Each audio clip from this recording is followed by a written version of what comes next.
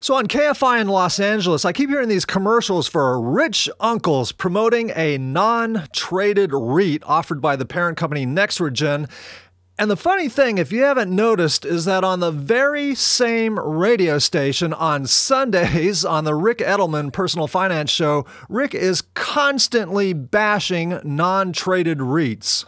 Now, Rick isn't against investing in real estate investment trusts. In fact, he recommends about 5%, but he recommends investing in publicly traded real estate investments, such as real estate index funds. Now, why is that? Well, for starters, index funds like VNQ can be sold at any time for any reason and without that right being revoked. And just because a non-traded REIT has a redemption policy doesn't mean it can't be revoked. And sure enough, in the Nexregen prospectus, it has a clause about the right to terminate, suspend, or amend the share repurchase program. So what other reasons do we have? According to Morningstar, publicly traded REITs are stronger performers during bull markets. Also, they recover faster during market downturns. And they consistently outperform non-traded REITs and have lower fees than non-traded REITs.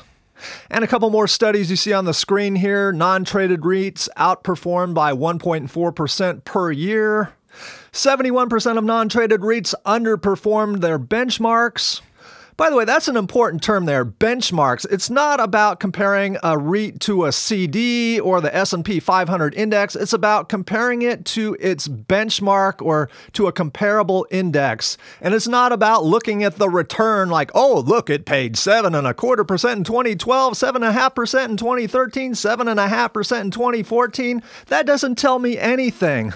Look at how Vanguard's real estate index fund, VNQ, performed during the same 3-year period, up 11.7% annualized return on investment. But some people just look at the dividend and they'll look at VNQ and say, oh, 3.53%, that's too little. And then they pick some non-traded REIT instead.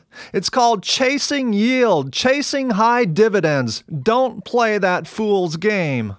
And if you've never heard of it, then you should Google the term chasing yield.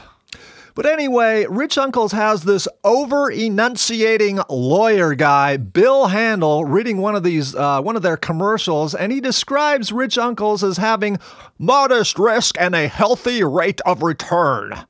Wow, that sounds great. But then he says, please do all of your due diligence, and I'm so glad he said that because I went ahead and looked over the Nexregen prospectus, and lo and behold, it asks, are there any risks involved in an investment in your shares? Answer, yes. Investing in our shares involves a high degree of risk. Now we're starting to get some truth here, but I guess you can bend semantics as long as it says in your prospectus that the prospectus supersedes all other information which may have been provided to you. By the way, here's a quote from AARP Money Talk. My advice is to be very skeptical if someone promises you returns that are safe and high. This is true whether it's a non-traded REIT or any other investment. While such investments may exist, they are quickly snapped up by institutional investors. Less attractive investments pay high commissions to pitch to consumers. Look very carefully before you leap. Now, Rich Uncles doesn't pay the usual upfront 10% broker commissions, but apparently no institutional investors were interested, and they've got other internal fees like the old 3% organizational and offering costs, 0.6% annual management costs, and apparently they make 15% of profits from the sale of property. So then we have the promoters saying, would you rather deposit your money in a bank and earn less than 1%? Or be that same bank's landlord and earn 12%. It's like, oh, really? Is it that simple? Gee, sure, I'll take the 12%. Thank you. I mean, talk about dumbing it down for a third grader by comparing apples to oranges. I mean, CDs pay 1% because they're virtually risk-free. Nobody has ever lost a dime of FDIC-insured deposits. You get your 1% and you get your money back when the CD matures. But this is not 1982 when, for example, 10-year Treasury rates were at 14.5%. In this day and age, putting your money in a CD is not investing. Putting your money in a CD is like hiding it under your mattress. So why are they comparing not investing to investing in a high-risk investment that might not give you all of your money back and or might not continue to give you 7.5%? But there's a reason they're offering 7.5% instead of 1%. It's simple. It's more risky. But I think the promoters of these things know how to push the buttons of unsophisticated investors. Because there's so many people out there who seem to think that their only options are to either invest in stocks or put their money in CDs, and nobody ever told them about the basic elementary concept of age-appropriate diversification into bonds. You don't put 100% of your money in stocks or 100% of your money in CDs. Otherwise, you're going to be that guy who got slammed by the stock market in 2000 from 2000 to 2009, or you're going to be that guy who's been sitting on the sidelines since 2009 earning 1%. Meanwhile, if, for example, you were a retiree, you could have put 67% in bonds and 33% in stocks, rebalanced once a year, and saw your $100,000 grow to over $159,000. But some people just have it wired in their brain that real estate is not risky, or at least not as risky as stocks, which is not true. For example, in 1998, REITs lost 18%. In 1999, REITs lost 6%. Meanwhile, large cap stocks were up 38% and 33% in those same years. And you know, people who sell real estate always talk about the stock market crash from 2008. Well, large cap stocks lost 38% in 2008. REITs also lost 37%. And the year before, REITs lost 17%. Large caps were up 11%. And if we look at individual non-traded REITs, Behringer Harvard REIT 1 dropped 53%. Another one called Wells Real Estate Investment Trust 2 dropped 25% in one day. Now, I'm not saying that Rich Uncle's REIT is going to drop in value. I don't know. Nobody knows. That's why they call it investing. Investing has risk. I'm just saying that I agree with the Rich Uncle's Next Regen prospectus that their shares involve a high degree of risk. You don't know what's going to happen in the next few years with LA real estate, with interest rates, with other investors, with fast food employees at Del Taco demanding $15 an hour in Los Angeles. The fact that NextRegen has only sponsored one previous REIT. And even if this non-traded REIT does par for the course, is it going to underperform the benchmarks like 71% of non-traded REITs did according to a 2012 study? But these are the kinds of things that you have to consider. And you know, it's funny because you read some of the Rich Uncle's testimonials from investors. Here's somebody who says, I have always wanted to invest in real estate, but never thought it was possible until I found Rich Uncle's. Another one says, because of Rich Uncle's, I was able to invest in real estate.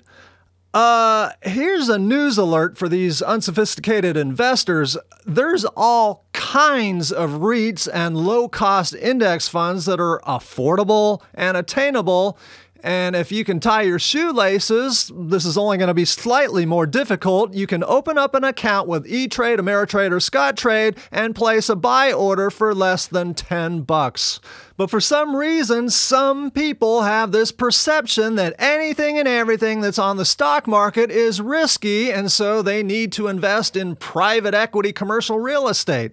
Unbelievable. But once again, the promoters, they know how to push the buttons, and I have a quote from one of the promoters of Rich Uncle's talking about the stock market being highly volatile, unlike commercial real estate. First of all, again, it's about age-appropriate diversification. If you diversify, publicly traded securities are not as risky as you have been somehow led to believe. And secondly, from 1995 to 2015, the Real Estate Investment Trust Total Return Index was more volatile than large cap growth stocks, more volatile than commodities, international stocks, even small and mid cap stocks. more volatile. Also, according to Realty Today, investing in commercial real estate is much riskier than residential real estate. And if we look at just residential real estate, according to Zillow, look at this wide range of price swings during the 2006 housing crisis. If we cherry pick the period between 2006 and 2012, prices varied greatly by region. If you were in a place like Pittsburgh, you got lucky, but if you were in a place like Modesto, housing went down 66%.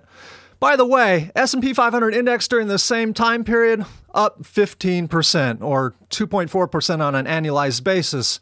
But imagine if that 66% in Modesto was leveraged with borrowed money. For example, if you buy property with 40% borrowed money and that property goes down 60% in value, you didn't lose 60%, you lost 100%. What else? Another quote from the promoters of Rich Uncles that says, diversification must include commercial real estate. Really? Well, let me give you a quote from one of the most respected economists out there, author of A Random Walk Down Wall Street, respected expert Burton Malkiel. He says REITs are less effective than other high dividend paying stocks in a taxable portfolio because dividends represent a large portion of returns of the real estate asset class, and REIT dividends are taxed at significantly higher rates than other stock dividends. So he says tax efficiency trumps diversification into REITs. In other words, don't put any money into REITs or REIT index funds. Anyway, click the link on your screen to watch another video about non-traded REITs in general. By the way, one of the promoters of Rich Uncles got chippy with me saying, only a fool reads general information in order to formulate an educated opinion about a specific investment. And to that I say, who are you kidding? How could someone not learn about non-traded REITs in general as part of their due diligence? Anyway, this promoter went on to say, if you are interested in actually making money, not just spewing negativity, we can help. Otherwise, please find another group to harass. So if you ask tough questions and engage someone in debate, then I guess it's considered harassment. These promoters are like politicians.